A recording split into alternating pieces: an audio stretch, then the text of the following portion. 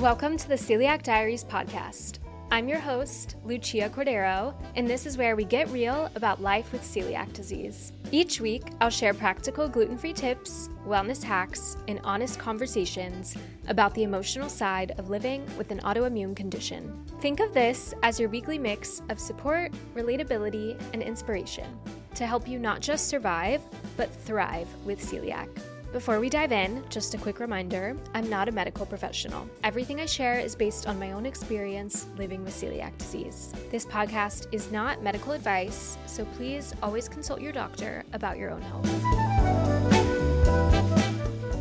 Welcome back to the Celiac Diaries podcast. I'm your host, Lucia Cordero, and we have Riley with us here today. How do you pronounce your last name? Neubauer. Neubauer, Yes. Riley Neubauer. It's German, so if I were German, I would say Neubauer, but I am not, so I've Americanized it.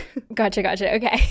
Well, thank you so much for coming to the studio. Riley DM'd me like less than a week ago, so we made this happen really quickly. I know, it was really impressive. Yeah. And Riley is a grad student in London, but you're originally from New York City, Yes. and you DM'd me saying how you've noticed such a difference in living with celiac disease in the U.S. versus the UK.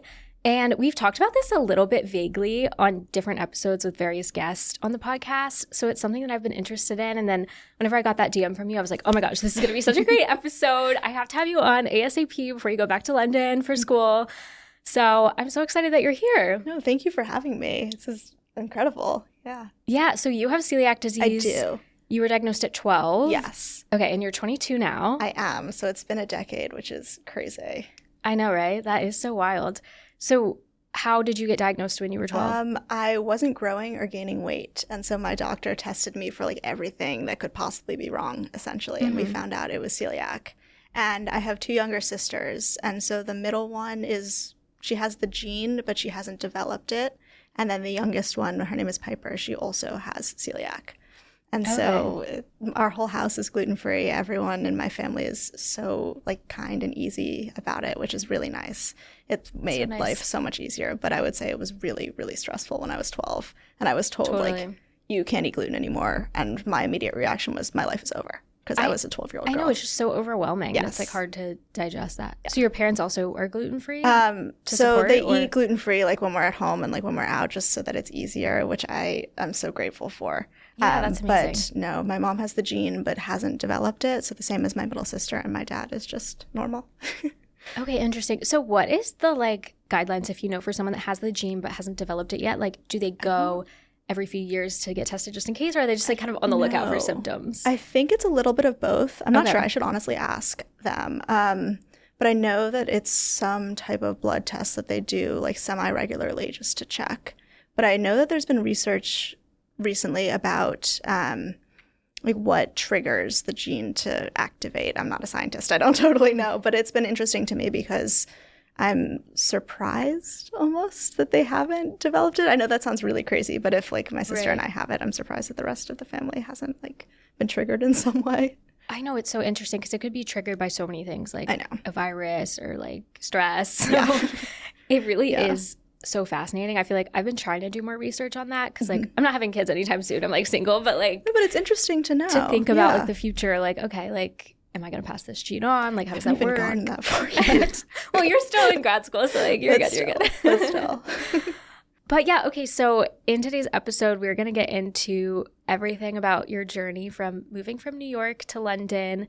And I mean, we were just talking before we hit the record button that like it feels so different for you. It does. It really does. I would say like a normal grocery store trip is so much less stressful because like, I don't know, before I went to school, so I went to William & Mary, so I was in school in Williamsburg, Virginia for college. And I just remember having to go to more than one grocery store in order to get all of the things that I needed for like the week or the next few weeks. And I think that's such a common celiac experience. Like it is. Yeah. And there's some of that in New York, like less of it than in school. And there's even less of it for me in London. I feel like I can go to like one store and have like my full like grocery shop, which to me is like insane. Like I feel like a normal human being, like I said to you earlier, like it feels so much easier and calmer.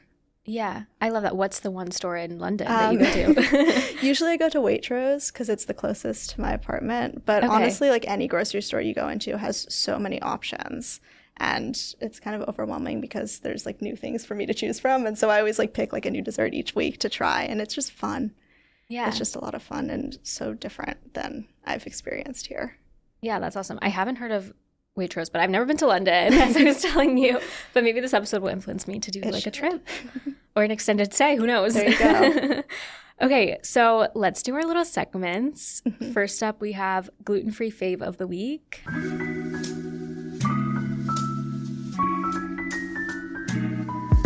So I just tried gluten-free Cheezits like this afternoon right before I got here. I tried them with my whole family and they're so good. They are. They're so delicious. I've been seeing it everywhere on social media. They're so good. I would say, so I found them like kind of like crunchy, but I also like, I don't remember what an original, like what a normal Cheez-It tastes like. So I'm not a good comparison, but my sister was like, they are more crunchy than normal Cheez-Its in the way that like gluten-free pretzels are like crunchier than like normal pretzels, if that makes any sense. And some people like the texture of gluten-free things better. I mean, we don't have a choice, but like I've heard that before. Yeah. So, but they were really good. Would recommend. Interesting. Okay. But I will say, not to be annoying, but if you're not gluten-free, please don't buy the gluten-free Cheez-Its because they're in short supply. I haven't been able to get my hands on them. We ordered some. I was like online. watching. Yeah, I ordered them from Target, I think. I should do that. That's probably the best way to get them. Okay. Next up, we have our news of the week. The White House released like a new food pyramid and updated federal dietary guidelines, which is kind of a big deal because I feel like we've had the same like pyramid for like the longest time. And I follow a bunch of like the wellness accounts online and like they're all like sharing this. And basically now the pyramid is upside down. Before it was the other way. And there's a bigger emphasis on like whole foods, higher protein, fruits and vegetables, and reducing like ultra processed foods and added sugars. You know, I just think it's interesting. It's not really like my place to say if this is like, you know, something that's like right or wrong. But I do think it is interesting just in general how the U.S. is starting to talk more about the food system. Yes. And how we're starting to move towards just like focusing more on whole foods and like the big corporations, you know, all of like the food policy and labeling issues. I think like there is starting to be somewhat of a crackdown on that. And this is maybe just the start, but we'll see. I'm curious if you have any thoughts on the new pyramid. I've only seen it like very briefly. I haven't read a ton about it, but I know that some like nutritionists and dietitians are a little bit frustrated with the way that it's turned out, but I unfortunately don't know as much as I should.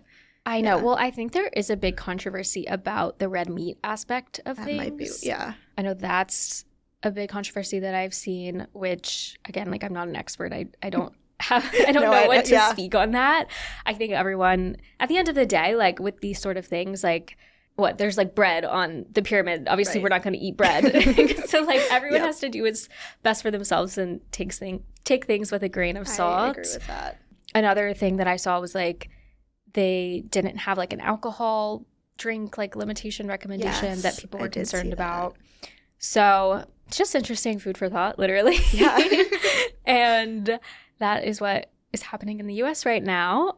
But yeah, that's actually a good segue into getting into our episode topic. So first, before we hear all about like Riley's journey and experience personally with moving to London and the differences, I kind of wanted to give you guys like a little crash course and breakdown. I did a little bit of research after you DM'd me to see like what actually are the differences in the laws in the UK versus the US, which will kind of give us a foundation to see how those laws like have an effect on the actual personal experience that you have like living in London versus the US. So this will just kind of give everyone the lowdown. I know this is good for me too because like I've experienced it, but I didn't totally know like the official laws, so it's educational for me as well. Yeah, I love that. Okay, so just in general, in the UK, allergen communication is a lot more standardized, especially for like restaurants and grab-and-go foods.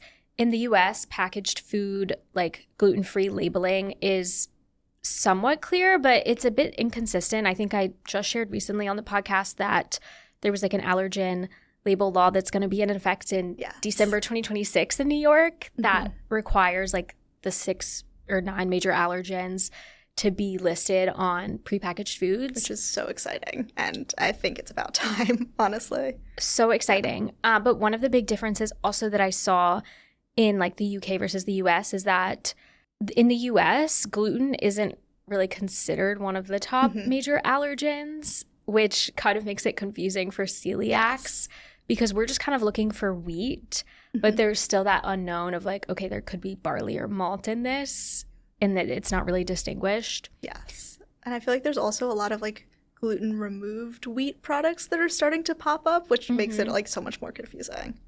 I know. And that's something we've been talking a lot about on the podcast lately is like there is a difference between gluten and wheat. Yes. And everyone needs to be aware of it. Yes, not they just do. people that have celiac or people that are gluten-free or wheat-free, but I think just the general population should know, especially like someone that's working in food service or creating labels for products and putting either gluten-free or wheat-free on it.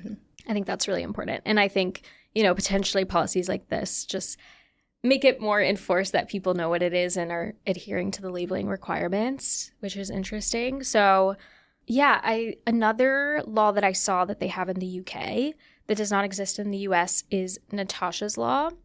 So this is the specific like for prepackaged direct sale foods. Like this is so common in New York. Like you just pick up like a yogurt bowl or like a sandwich. Exactly. I mean, I don't because like typically they're not gluten-free, but like that's like such a thing for people to do. And in the UK, Natasha's law says that you have to have full ingredient lists with the allergens emphasized. So it gives you all the information right there so that you know for sure. You're not like, oh, maybe this is gluten, maybe it doesn't.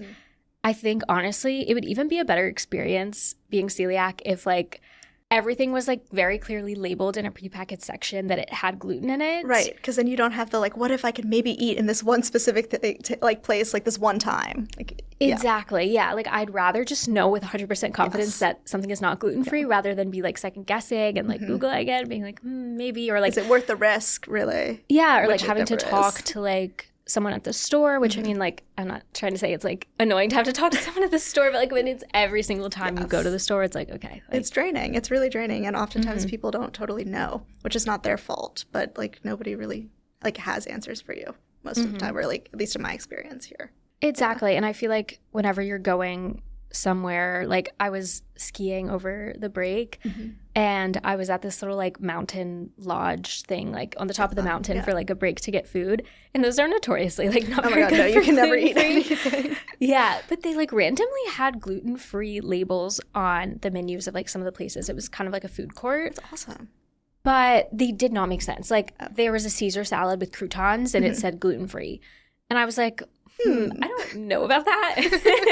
That just doesn't sound right.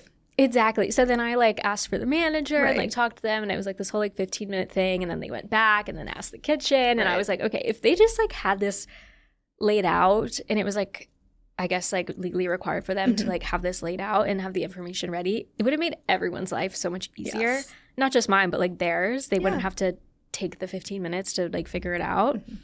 So I think that's just another example of how it can be more difficult. I feel like vacations too, when like you don't like have your places, you know what I mean? Like in like New York, I feel like I have my places that I know are like I can definitely eat there. And so if I need something, depending on what neighborhood I'm in, I know where to go. But when you're like out of your comfort zone, it's so much harder to find those places and to find the things that are safe. And so especially if you're on vacation, there's other people around you, you like feel badly about like making other people wait or like making other people like have to go through this whole process with you. Or at least I do. My friends are good about it. And they're like, no, you're being ridiculous for worrying. But I don't know. I still worry. No, totally. I get that. I think like traveling, it's just like another thing that you have to have in the back of your mind that when you're in a routine at home, like sometimes you don't really have to think about celiac disease that much. If you go to the same spots, you know what you can get, you are cooking at home, like it's not a huge deal on your mind. But if you're trying to find something and like there's no other option except for that place, like you really have to like is it worth it or am I going to be hungry? And that's never a good decision to make. Exactly. I know on the mountain I was like, I need to eat something or I'm going to like pass out. Yeah. So hungry. Okay, another difference is packaged food labeling. So there's the 20 ppm standard of like if for the FDA, the definition is that foods labeled gluten-free must contain less than 20 ppm gluten to meet the rule conditions. And then in the UK, it's also, the same exact framework there. But the difference is that, and this is kind of what we were talking about with like the allergen labeling law. So a UK allergen label warning would say gluten specifically as like a regulated allergen category, which includes like wheat, rye, barley, malt. But in the US, they only highlight wheat. So barley and rye and malt are not like required in the allergen labeling. So in the US, something will say like no wheat, but that doesn't mean that it's gluten-free. There's no like specific like this may contain gluten. Like if people have seen like on a label and you're looking at something and it's like manufactured in the same facility, may contain, yeah. It never says gluten. No, it doesn't. But in the UK, it does. Like a lot of times the labels will say, or they'll say like not suitable for those with like dairy or gluten allergies or something like that. And then that even if it doesn't say, you still can't have it because they know that that's one of the allergens, which is like incredible, honestly. That's so interesting. And I know it's confusing too in the US because sometimes it'll say like may contain wheat, but then it's certified gluten-free. Yeah, and it doesn't make any sense to me. But it's like, okay, is it like buckwheat? Like, is it gluten removed wheat? Yep. Like, what is going on? It makes it difficult. It does. It really does. Another thing that's different in the UK is that they run a gluten-free accreditation program. So more like standards and training for like restaurants and food service providers, which to my knowledge, we don't have like a comparable thing in the US. I think Shar's, the brand, I think they do something similar. Okay. I'm not totally sure. My sister, I know, me too. My sister and I were doing some research into it a couple months ago, so she would honestly know better than I do. But I think they do some type of accreditation program for like restaurants or for something. I don't know. I don't want to like say anything because I don't totally know, but I do remember reading about it, and so I would hope that programs like that could come to the US at some point. Totally. And I mean, I feel like the point of this episode is like, if this happens in the UK, then it's like we could totally do it in the US too if it's a priority and, people fight for this. Yes. So I think it should be inspiring, hopefully, to this like generation of celiac, gluten-free, it should be, allergy activists. Okay. So now we have like a foundation for kind of like the basics, like, and guys, these are just like the basics of like the differences between the US and the UK, not like a full deep dive, but I encourage everyone to do more research. I feel like I kind of want to do even more. I know, like I now want to do more like official research into it. Yeah. Yeah, exactly. But I want to get into your experience about how it's been different overall. I know you were saying like you feel like a normal person again living in London. I do. I really do. I can walk into like any in my experience so far, I've been able to walk into like almost any restaurant and be able to eat something safely and like not feel as like stressed about asking all my questions, if that makes sense. I remember like one of my first few weeks there, I went into like a little Italian restaurant and they had gluten-free pasta on the menu. But always when I order gluten-free pasta, I have to make sure it's boiled right in separate water. And so I asked, and like the waitress, she was so sweet. She looked at me, she was like, of course. Like, why would we not? Like, obviously, that's what we do. Yeah. Like, instead of being like, what do you mean? Like, right. Like, or let me check. Like, I don't know if we can do that here, which people have said to me. Which, like, I appreciate the honesty, but like, I'd like to be able to eat safely. Totally. But it just, like, when I get responses like that, it just makes me feel so much better. Because even if I, like, happen to forget a question or I don't, like, specify things, like, I know that people have, like, the understanding of what celiac is and that the infrastructure is there in most of the restaurants and most of like the like food service companies where I can eat safely and not be as stressed about it. Yeah, that's awesome. So you find like when you go to restaurants, it's so much easier. Everyone knows what celiac is. Have you had an experience where someone's been like, what is that? Or no? I've had experiences where people know what it is, but they refuse to serve me because they know that they can't serve me safely, which is honestly like I would much prefer that. Right. Yeah. But no, I haven't run into anything where people haven't known. And it's been marked on a lot of the menus also, like very consistently marked, where I feel like it's not – New York is getting better, I would say, in terms of like marking menus or like people knowing when you ask questions. But I think like consistently things are better marked, both for gluten-free and then for other like allergens, like a lot of dairy-free, vegetarian, vegan things are marked on menus more, which is exciting. Yeah, that's awesome. And do you feel like socially, like, I'm sure, I don't know how big your program is and like meeting people, like, do most people know what celiac is, or are you kind of explaining? Most people knew, and everyone has been so good about it that it's been really easy for me, and I really appreciate that. But I would say that most of my friends, like even before I left, have been so good about it, which makes my life so much less stressful, and I am really grateful to have people like that in my life. Yeah, that's so awesome. Okay, so you keep talking about how like you're less stressed. Yes. How does that really like translate for you, like on a day-to-day? Like, do you think you're thinking about celiac less, or is it just like, does it feel like a weight off your shoulders? It does. It feels like I have to prepare, like I don't have to plan or prepare as much when I like go out or when I do things or when I'm being social. Like I don't have to double check the restaurant menus ahead of time, or I don't have to know that like if I go to this one like neighborhood or one town, like these are the like 3 places that I can eat safely. Like it feels like I'm able to be more spontaneous, which I really like, and that's one of the things that I think I've missed the most. Yeah, totally. I love that. I was going to ask if you felt like a difference in being spontaneous. I do. Yeah, I really do. Fun. Do you feel like there's more, like, okay, so there's more understanding of celiac disease and cross-contamination, which is nice. Do you think there's more, like, gluten-free options in general, or, like, gluten-free buns, for example, at a hamburger place, or is it more just, like, the cooking people are aware of? I think it's a little bit of both. I think the baseline of gluten-free product tastes better. Okay. I know you've talked about this a little bit on the podcast, but like the baseline of Udi's products being everywhere. Udi's is not my favorite. I appreciate what they've done for the gluten-free community, and I appreciate that their products are everywhere, but they're like, I don't find them very good. Yeah, I don't like Udi's. I'm with you. And I think like if that's the baseline here, like the baseline for other products in the UK is like so much higher. They like taste better. They don't fall apart when you like bite into your hamburger. And so that has been really exciting for me too. And I think there's just more options, honestly. Yeah, I love that. I'm curious if you've noticed a financial cost difference. I know there's, you know, what, you're converting to the pound? Is that right? Okay. So like, I guess kind of factoring that in, but do you think it's the same cost to be gluten-free in London? More expensive? I've actually been thinking about this. I've been doing some like financial stuff because I've been curious. I think the markup between the regular and the gluten-free is less than it is in like New York grocery stores from what I've experienced, which is kind of exciting. I would say a lot of places, like I feel like a lot of restaurants I go to in the U.S. will like charge you a ridiculous amount to modify things to make them gluten-free, and I haven't seen those ridiculous charges on a lot of the other menus, which is also really exciting. Like you're not getting like a $5 charge or £5 charge in addition to like your plate of pasta, which is nice.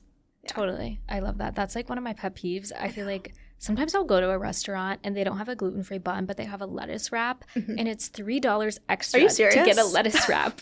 And I'm like, I'm sorry, this has to be cheaper than just the regular bun. Why are you charging me $3 more to not have a bun? That's crazy. Yeah, I've been seeing that more and more, and I'm like, this is just discrimination. Like, what's going on here? I know. It's like targeting you. Yeah. Wait, okay, so what is like your favorite restaurant in London that you've been to? I'd say I have 2. Okay. So there's one restaurant, I think it was the first one accredited by Celiac UK. Okay. It's called Niche Gluten-Free Dining. It is absolutely spectacular. It's 100% gluten-free.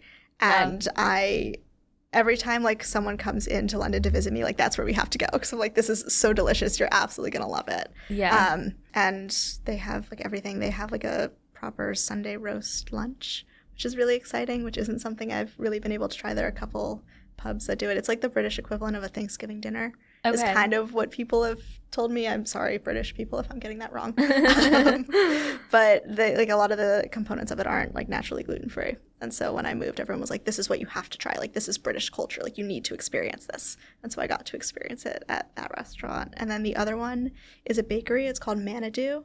And they ship internationally, actually. Ooh. We just discovered it. Yes, would recommend. Maybe they'll ship to the pod. They should. But they make gluten-free croissants that are, like, when you, like, open them, they're, like, flaky. They, like, you can't, I mean, I don't know because I, like, haven't had a normal croissant in a long time. But, like, to me, you can't tell that they're different. And so when I came home, from London in December, I went to the bakery a couple days before and I brought them back for my sister. So I carried them on the plane with me. And she like actually lost her mind. She was like, these are the best things I've ever had. I was like, I know. Oh my God. They're so delicious. So when you go to London, yes, that's where you need to go. When, not if. I will be there at some point for sure. Yeah. Wait, okay, so, and I don't know why I think of Nando's when I think of London. Probably because, I don't know if you were a One Direction fan growing up, but like. A little bit, but not as much as. I'm a bit older than you, so I think it was like my generation of like 4 years older. But I just remember like they were obsessed with Nando's and I associate that with like London because of that from like a young age. They have a gluten-free menu, I think. Okay, so do you trust Nando's? I've never been, so I don't know. But I was looking it up recently and curious. I don't know. I would need to do some more research or ask some people, but I think they might be okay. I've eaten there before, but like okay, so then in Chicago, so I don't know. I don't know why I thought to ask that. No, but I feel like if they've made it to the U.S. and can do gluten-free things in the U.S., they most likely can do it. Totally. Okay, but if we've learned anything today. Yes. I know it's easier to manage celiac in terms of like the logistics, but it seems like you're, really on top of things. So like, I'm just curious if you did notice a difference in terms of symptoms or if like it's pretty much the same, but it just takes less like logistical work every week. I've never had really bad celiac related symptoms that I know of. Okay, like since you were diagnosed? Yes, since I was diagnosed. I mean, I react really badly if I eat gluten. My sister reacts even worse. So but I mean, there's a whole bunch of like IBS gut issues that I have that I feel like that are related to the celiac. But I don't think I've noticed a difference between being in the U.S. and being in the U.K. with those. I think that's just my system is messed up. Yeah, totally. Okay. Wait, so when was the last time you accidentally glutened yourself? That I know of, like that I'm like 100% sure was gluten was I think like 3 years ago. So it's been a really long time. My sister was unfortunately glutened like a week ago. So that was not good. Oh no. But no, it's been a really, really long time. Okay. And do you remember the situation? Yes. So I was at the beach. I was in the Caribbean, and I ordered a drink, like a blended cocktail, and they blended it in a blender that they had just made an Oreo milkshake in, and they didn't like clean it properly, and so I was so ill, and I was like, this is ridiculous. Like all I've had like in the past, because I was sick like within an hour, and so that's usually when I know. It's like all I've had in the past hour was like a drink. Like that's crazy. Yeah. And then I realized that it was like cross-contaminated, and then I was like, oh my goodness. Gosh. Now when I like go to a bar, I have to order something, I need to be really careful to make sure that things are kind of separate, or like the way that I'm ordering or what I'm ordering is entirely gluten-free. So I hadn't even thought about that until this happened. Oh my gosh, that's so scary. So did you go back and ask them? And they told you? I did, because I was trying to figure it out, and so they were like, well, we didn't put anything in your drink. I was like, of course you didn't. Like, I understand that. Yeah. They're just like, force gluten into the drink. And so then they went back and like checked the tickets, and they were like, oh, this is what we made, and like they cleaned it on like just like the bar cleaning, but it didn't like go through the dishwasher or something like that, and so it wasn't totally. And Oreos is like, that's like a lot of. Yeah, that's a lot. That's very glutinous. Yeah. Oh my gosh. Okay, so I just did an episode. The episode before this was all about like alcohol and celiac disease. I saw some of that. Yeah, and that just kind of reminds me of like, I mean, for a while I feel like I didn't think about that stuff either, because it's just it's like, why would you be thinking about it? Yeah. Like it's just, you have to like really like learn from your mistakes in that regard, unless you, I guess, listen to a podcast that tells you to just do it. I know, everyone go listen. But yeah, for that reason, I feel like if I'm ordering a drink, like I just don't have anything like fancy. I'm just like, keep it simple. Oh, but like it's no fun. I know, and like those are like fun drinks, but I'm like, but you have to be sometimes careful. in those situations I'd rather not have the conversation and ask, and I'd just rather like order something that's like just like a glass of wine or something very simple. Yeah. Or like something that comes from a can, so you know it's like less likely to be. Yeah, exactly.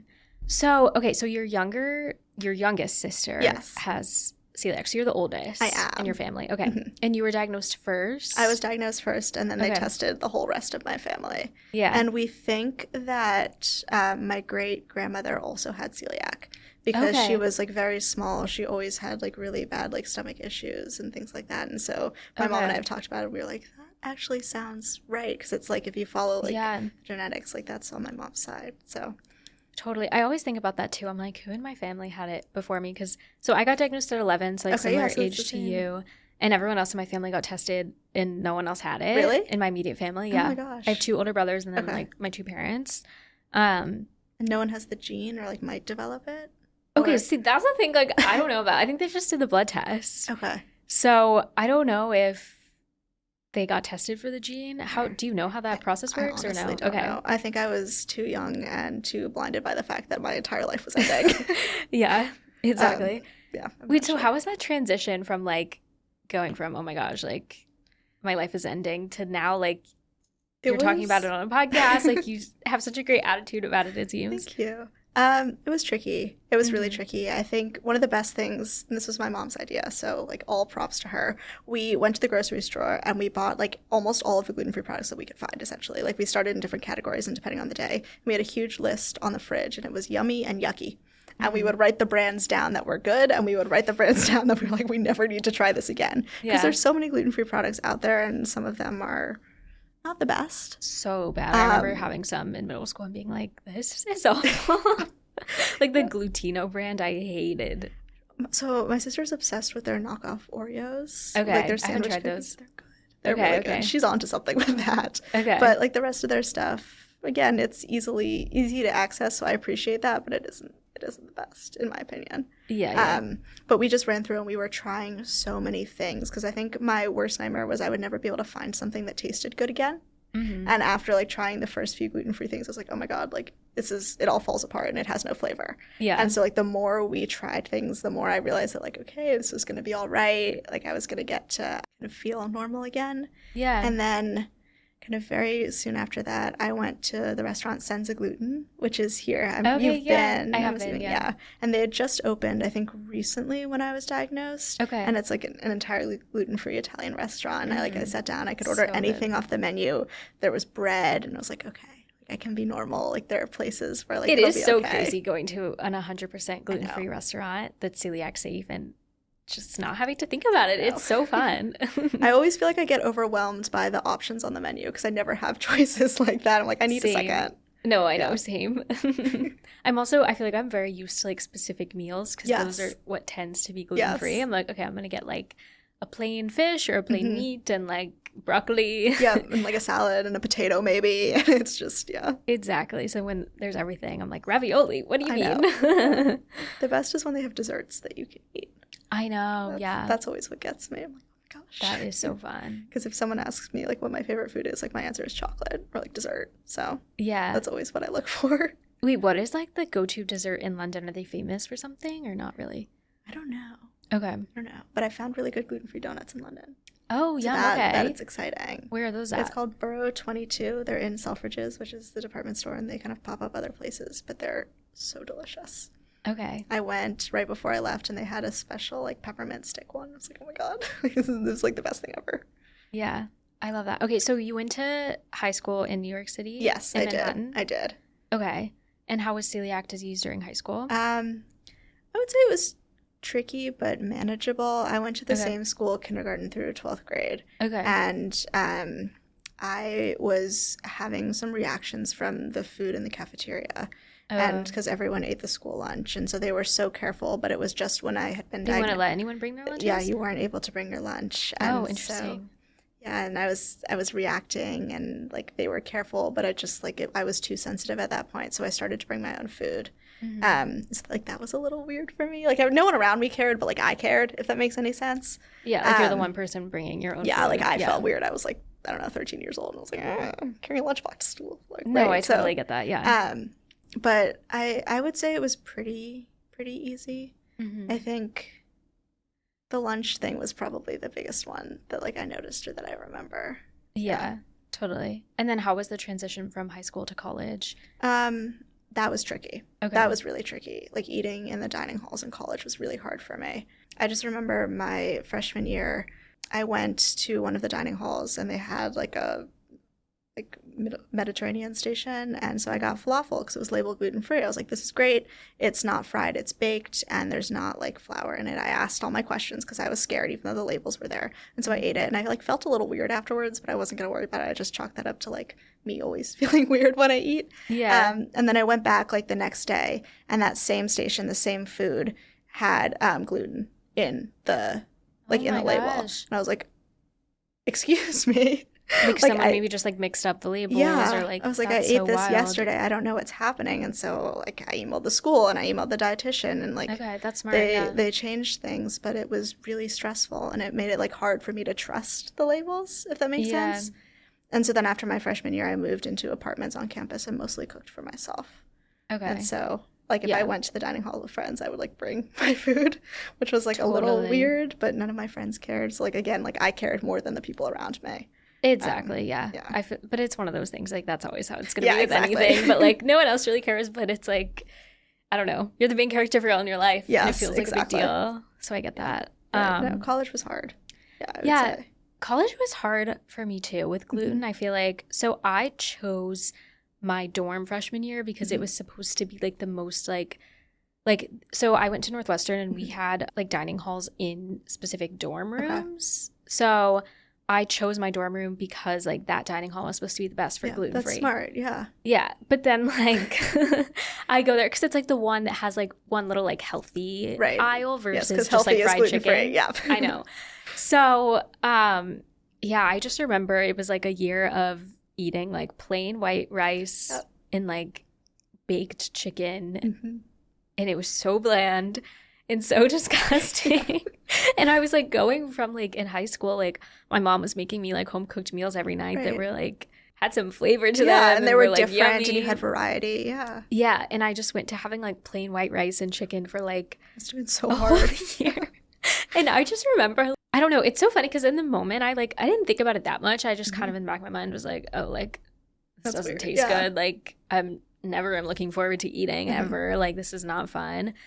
But then like now having full control, just like being an adult and like being able to eat whatever I want and having so many gluten-free options in the city, I now realize how like that was so bad. But in the moment I just knew that I wasn't enjoying it, but I didn't know any difference. I was like, okay, whatever. Also, exactly. Yeah. And now I'm like, oh, that was not good. I should have fixed that. I just remember also for a while the breakfast in the dining hall was only at one station, and so it was all cross-contaminated, so I couldn't eat any of it. Like, I'm not a big breakfast person. I need to change that. But I was like, oh, I can't eat breakfast. And, like, that was just the norm. I was like, that's a little weird. No, totally. Crazy. I feel like that happens a lot with, like, work situations. Like, they'll order something to cater at the office, and they'll have like gluten-free options, vegan options, vegetarian options, but they're just all in one place, and it's like some people are using the utensils for items with gluten and vice versa, and I'm just like, okay, well, I appreciate the effort here, and like I'm not trying to be high maintenance, but I really will need my own individual meal, which like it is one of those things that I guess you should contact the person in charge of the event, but then sometimes it's just like I just go and like buy my own thing because I'm like I don't want to deal with that. Like I don't know. Sometimes it's just annoying. Like, it's annoying to have it all put on you sometimes. And, like, I know that, like, that's how, like, things like this work. And, of course, you advocate for yourself, but sometimes you get tired. And it's just not worth it. Yeah. I think whenever I was, like, freshly post-grad, I was, like, very into advocating for myself. Like, I remember at my old job, like, they would be catering pizza for lunch. And I would, like, email the person beforehand and be like, I also at the time, like, I guess was on like a tighter budget because I was like just out of school. So I was like, I need to have this free lunch at the office. So you're motivated. Yeah. So I would like email the person and be like, I have a gluten allergy and I expect to have accommodations. But that's what you have to do. Yeah. But now I'm just like, okay, whatever. Like I'm just going to go buy my own like little bowl next to the office and then just like bring it and eat it with my coworkers and like whatever. Like I don't want to do the whole email thing, but yeah, it's whatever people want to do, I guess. No, I know. And there's some days where like it's worth it to you, and there's some days where you just can't be bothered, unfortunately. Exactly. I have a random question. I'm curious how you think about like celiac disease with your identity. I think like we were diagnosed kind of at like similar ages where, I mean, I guess you're almost at this point, but I've had celiac disease longer than I haven't. Right. So I don't know. It's also like I have a podcast about celiac disease. Like I'm kind of making it my whole personality online, but in real life, it's really not my whole personality. But then sometimes it comes off that way to my friends because it's like, okay, I'm getting dinner with my friends practically every time I see them. Every time I have dinner, I have to see what's gluten-free and like talk to the waiter. So like, how do you feel about your identity separate from celiac, or is it just a part of you? That's a really good question. I think it's like accidentally become a really big part of me. Yeah. That, like when people, like when I meet people, it's like is one of the first few big things that I think is just talked about or that people like learn about me. And I don't know if that's necessarily a positive or a negative. It's more just is. Exactly. But my college friends and I had a long running joke that like they would be talking about some food and then they would like look at me and they're like, we know you can't eat that. Because like I would just be joking about it. I'm like, well, I would love to try that, but I can't. Yeah. And so I think it's just kind of become like a big part of who I am. And exactly. I don't know. I think there's something nice about that. I really appreciate what you do on the podcast. I think that a lot of people are kind of, or when I was younger, I think I didn't quite realize that there were this many people out there who had celiac. I kind of thought it was just like a very small thing, and I didn't realize that people were struggling with the same things that I was, like the stress that comes with having to like ask all your questions at a restaurant, or like not feeling like you can be included in a social setting because you have to bring your own food, or that like you can't like quite be like 100% like off and like enjoying your night because you're like always kind of aware of it. And so I think it's become a part of my personality because it's important to me that like I can talk to my sister about this and that like we can have these conversations, and that like oh my god, that's like so funny. You have a sister that has celiac. I want one. When really I want a sister, when I want a sibling that has celiac, I need both. Because we'll be somewhere and we'll just look at each other and we're like, yeah, this is crazy. And so I appreciate that there are more people out there talking about celiac, and that like more people have those relationships and have role models like that, even if they don't have individual like friends or like siblings who have the disease. I don't know. Have you felt like it's really become a big part of your own personality?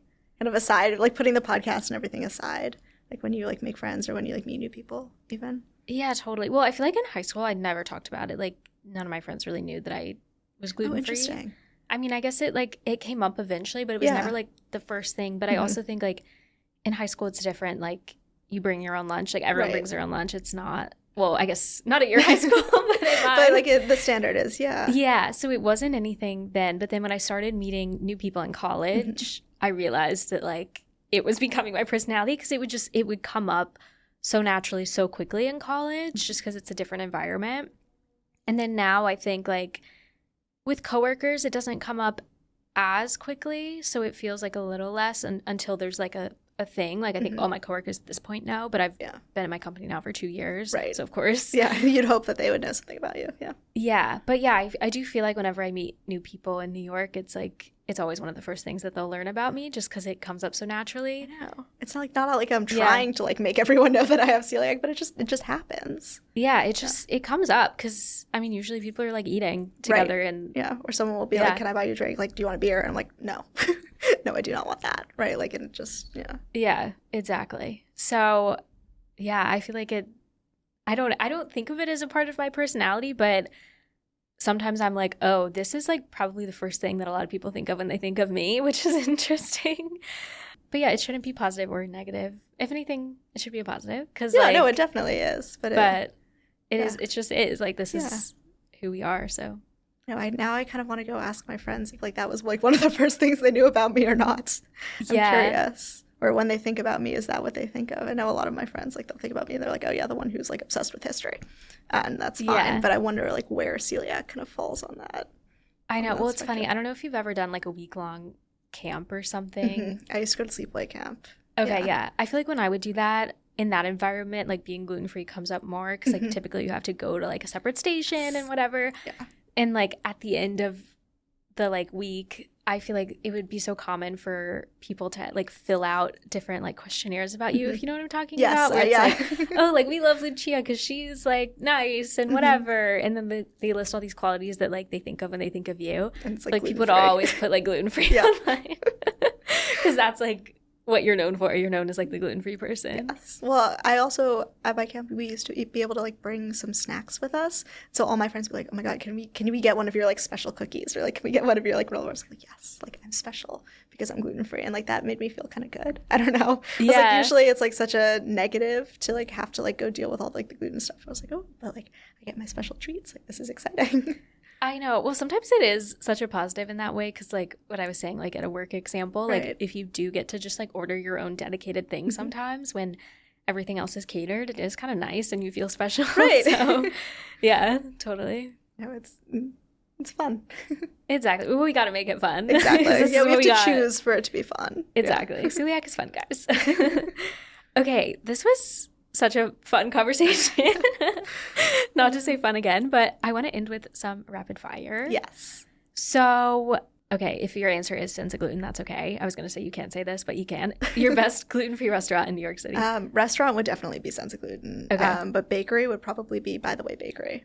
Ooh, I still haven't been there. That's you on the have Upper to East go. Side, right? There's one on the Upper West and one on Upper East. Okay. But their chocolate cake is like my favorite thing of all time. That is like always like if like birthday cakes and like my family, like that's always what we get. It's so delicious. Wait, yum. Okay. Go to international flight meal. Like if I'm packing food for myself or whatever you want. Do you usually pack or do you usually I pack food. Oh, you do? Usually Okay. I'll make a grilled cheese because like I know it's like standard. It like will get a little soggy, but it's fine. I know I'll like it. And then just a lot of snacks. Okay, that's smart. So you'll never have like the gluten-free meal option. Sometimes, yeah, I'll usually request it, but you'll see what it is. Usually like, like okay, it. At least I have another option. Yeah, I like to have the backup. Yeah. That's smart. I was. Do you know No Gluten Gabby? Yes, I do. Okay, so I had her on the podcast, and I saw like a month or two ago she posted that she was like on an international flight, and they just like forgot the gluten-free meal option. Before. Yeah. Yeah, that's never happened to me, but I'm hearing about it so much that it's making me nervous. So I'm like, okay, next time I go on an international flight, I'm going to be sure to bring something. Well, I've gotten served something and I've like opened it. I was like, this looks like bread. Like that's kind of funny. So I'll like ask them like, oh yeah, like the like kosher meal. I'm like, no. Yeah. No, that's not. Like I appreciate that I've gotten a special meal, but that's not the meal that I could eat. That happened to me once on an international flight last year. I was like flying back from Lisbon and they brought out my meal and I was like, this doesn't look gluten-free. Like I called them over and they were like, oh, sorry, we gave you the vegan meal. Yeah. And I was like, okay, or vegetarian, whatever. Yeah. I was like, oh, okay, I'm glad I asked. Yeah. Because being glutened while like in the air on an international flight, like that sounds awful. Like, that actually sounds like my worst nightmare. Yeah, that does sound awful. Yeah. Okay, what is one thing you wish the U.S. would adopt from the UK? Just like the labeling laws, honestly, like what you were talking about earlier. I just wish it was so much easier and clearer what was gluten-free, both in terms of like packaged food, but also like kind of ready-made things at like grocery stores or bodegas or other places. Yeah, for sure. And if you moved back to New York City tomorrow, what would you miss most about eating in the UK? The croissants. Great Honestly, answer. I feel like there's a couple bakeries that do them really well, like the one I mentioned earlier, and I haven't found it here. Yeah. Have you been to France? Not in a long time. Okay. But it's on the list. Shocked that the croissants would be so amazing in London. There might be some good ones in France, but I will need to taste test and I'll get back to you. All right. All right. Well, thank you so much again. This was such a great episode. I just want to give like a little disclaimer to our audience that this isn't to say that like the UK is better than the US. No, certainly not. But just like it's an interesting conversation to like talk about the differences and what the laws are and then your personal experience. So thank you for being willing to share it with us. Thank you for having me. Yeah. Where can people follow you? Do you want people to follow you? Sure. Okay. I mean, I'm on Instagram. It's Riley M. Neubauer. Y'all are welcome to follow along. I don't know. People have told me that I need to start a gluten-free blog or like a cooking thing. And so I've been toying with the idea. So we'll see. Okay. But I know would follow. Seeing things like this that you do, it's inspiring. Thank you guys for listening to this week's episode. Don't forget to rate the show, leave us a 5-star review, share this episode with a friend, especially if you know someone that's moving to London. I know, please. Or traveling, yeah. And I will see you here next Wednesday. Bye. Thanks for listening to this week's episode of the Celiac Diaries podcast. I hope you're leaving with a tip, a story, or just a little inspiration to live your best life with celiac. If you enjoyed today's episode, be sure to follow the show, share it with a friend, or leave a review. I'll see you back here next Wednesday. And until then, stay well.